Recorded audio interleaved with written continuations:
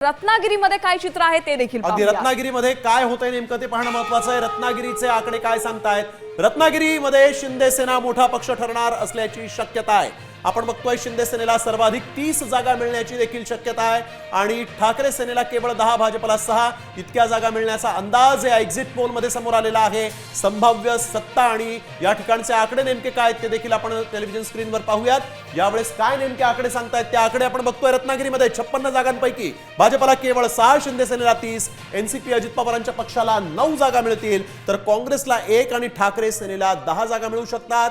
मनसेला रत्नागिरीमध्ये काहीही हाती येणार नाही असं दिसतंय, तर शिंदे सेना जी आहे ती 30 जागांनी आघाडीवर जाऊ शकते। रत्नागिरी शिवसेनेचा गड शिंदे सेना आता मात्र आपल्या हातात घेणार असल्याचं दिसतंय। संभाव्य सत्ता ही कोणाची असेल ते देखील आपण पाहूयात यावेळेस।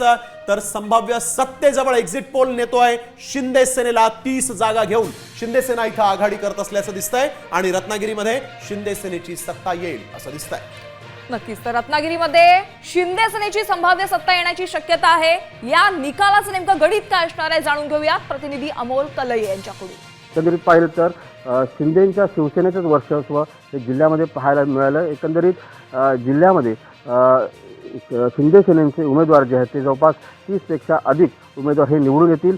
त्याचबरोबर राष्ट्रवादीचे उमेदवार जे 9 उमेदवार जे आहेत ते निवडून येतील। त्याचबरोबर काँग्रेसचा 1 आणि उद्धव बाळासाहेब ठाकरे पक्षाचे 10 उमेदवार हे निवडून येतील असा अंदाज जो आहे सध्या तरी जिल्ह्यामध्ये व्यक्त केला जातो। एकंदरीत पाहिलं तर शिंदेंचे शिवसेनेचं वर्चस्व नगरपंचायत निवडणुकीमध्ये देखील पाहायला मिळालं, जिल्हा परिषदमध्ये निवडणुकीमध्ये देखील यात शिंदेंच्या शिवसेनेचं वर्चस्व पाहायला मिळालं।